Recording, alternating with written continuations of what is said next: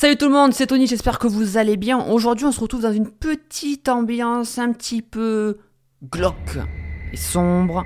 Parce qu'aujourd'hui je vais vous raconter une petite histoire qui s'est passée, une histoire vraie qui s'est passée en 2011. Donc j'espère que ça va vous plaire. Je sais, il y a plein de monde qui font ce genre de vidéos. Moi j'adore les histoires d'épouvanteur, les films aussi. J'ai fait un court métrage d'ailleurs que vous pouvez voir juste ici en cliquant là. Écoutez, j'espère que ça va vous plaire.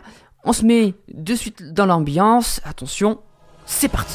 L'histoire s'est passée en 2011, plus précisément le 4 juin 2011. C'est l'histoire de Alexandre qui est parti faire une soirée chez ses amis et qui n'est plus jamais revenu. Je précise qu'Alexandre a 13 ans, donc c'est un jeune adolescent, qui a dit à son père écoute papa, j'ai une soirée avec des amis, je rentre à 23 h, pas plus tard. Son père lui a dit ok, il n'y a pas de souci. À 22 h 52, on aperçoit Alexandre par les caméras de sécurité d'une banque qui traverse le trottoir avec son vélo en direction de chez son père. Sauf que à 23 h, Alexandre n'est toujours pas rentré chez lui, donc son père appelle Alexandre. Le téléphone sonne, mais personne ne répond. Donc son père commence à s'inquiéter, il renouvelle l'appel quelques minutes après, sauf que là, il n'y a pas de sonnerie, c'est carrément le répondeur sur le téléphone. Son père inquiet, forcément, ben moi aussi, je rappelle la police. Chose qu'il a faite. Donc la police a reçu l'appel et a directement envoyé une patrouille sur place. Et c'est le lendemain qu'on a les résultats. Pas de témoins, pas d'ADN, alors que le vélo a été retrouvé attaché sur un poteau. Il n'y a rien du tout. 3 semaines plus tard, dimanche 26 juin 2011, un SDF qui se trouvait près de la Gave, donc la Gave en fait c'est la rivière qui traverse le village de Pau, dans une petite cavité, il a retrouvé un membre humain qui ressemblerait à une cuisse. La police et les médecins légistes, ils sont formels, c'est la cuisse d'Alexandre qui a été démembrée, découpée parfaitement et jetée dans la rivière. Sauf que il n'y a ni de témoins et ni de traces ADN sur la cuisse. Donc là, le daron, il a un fils qui disparaît, il a 13 ans, on ne sait pas où est-ce qu'il est, on a retrouvé son vélo, on a retrouvé sa cuisse. Où est le reste du corps? Pendant 1 an, il n'y a eu aucun indice qui est venu s'ajouter à l'enquête. A lieu en 2012 les obsèques d'Alexandre. Il y a une partie du village qui a été traumatisée forcément, qui est venue apporter son soutien à la famille. Sauf que dans un enterrement, il y a un cahier, un registre de condoléances et tu sais c'est là où tu notes un petit mot, un petit souvenir par rapport au défunt quoi. Et donc là, à l'occurrence, Alexandre. Et Valérie, la maman d'Alexandre, forcément, elle va lire le registre et elle va tomber sur un mot d'une personne qu'elle ne connaît pas et qui va relancer totalement l'enquête. Le mot, le voici. Je connais celui qui t'a fait ça, il est sous terre. Signé Mike SDF. Mais parfait!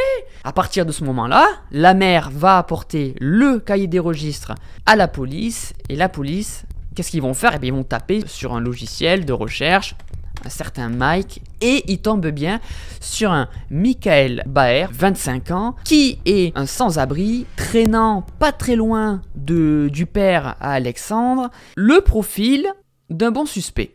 On a Michael Baer. On a son téléphone et la police va écouter tous les appels qu'il a émis le soir de la disparition. On tombe sur une certaine Fatima, une mère de 20 ans au profil instable psychologiquement. On tombe également sur un Christian Pierre, un mec un petit peu alcoolique aussi, un peu comme lui quoi. Et on tombe aussi sur un Claude Ducot. 3 profils de personnes qui se mettent en relation le jour de la disparition et également dans la nuit du 16 au 17 juin près de la rivière.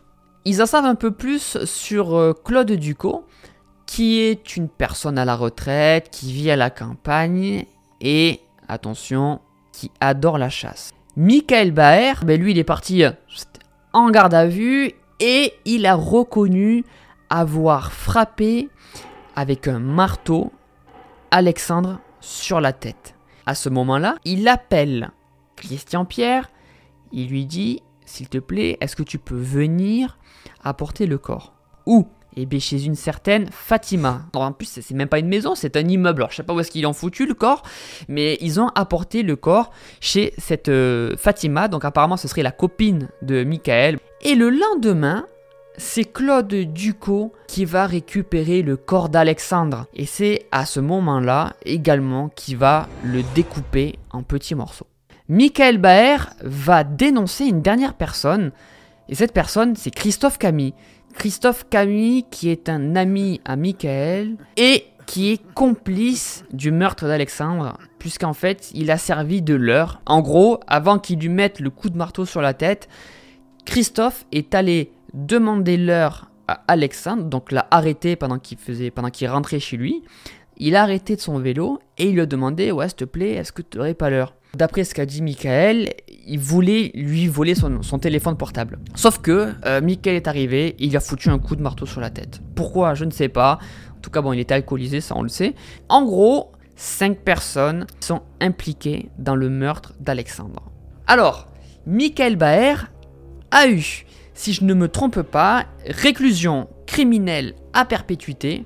Donc lui, je pense qu'il n'est pas prêt de sortir. Sa femme Fatima a écopé de 3 ans de prison. Christian Pierre est décédé avant que l'enquête arrive à son terme. On a Claude Ducos, donc c'est la personne qui a découpé, qui a écopé de 3 ans de prison. Et il manque Christophe Camille qui lui a eu 15 ans de prison. Il était déjà impliqué dans une autre affaire, donc c'est pour ça que sa peine, elle est plus lourde. Moi, en tant que fouine, j'ai trouvé le Facebook de Christophe Camille. Je veux pas trop juger, mais c'est une personne quand même, on voit qu'il a quand même un petit pet au casque, qu'il a un point psychologique.